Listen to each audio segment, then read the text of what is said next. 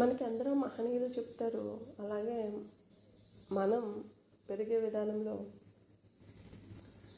పెద్దలు చెప్తారు.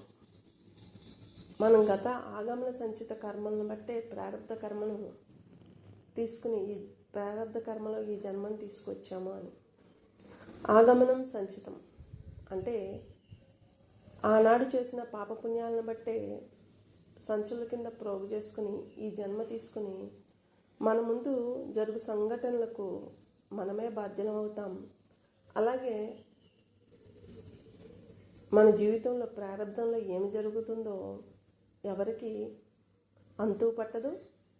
అలాగని కష్ట నష్టాలు, బాధలు, భయాలు వచ్చినప్పుడు అంతమో అవ్వం. అన్నీ మనం అనుకున్నట్టు జరిగితే మనకి 2 కొమ్ములే వస్తాయి. గత జన్మ సంస్కారానుసారమే ఈ జన్మలో ప్రారంధం ఉంటుంది. ప్రారంధంలో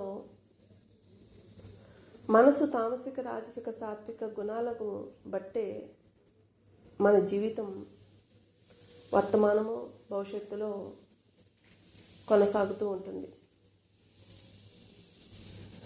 కర్మకు ప్రతిఫలమైన ఫలమైన అనుభవించేది మనం చేసే పనిని బట్టే, మనసును బట్టే, మాటను బట్టే.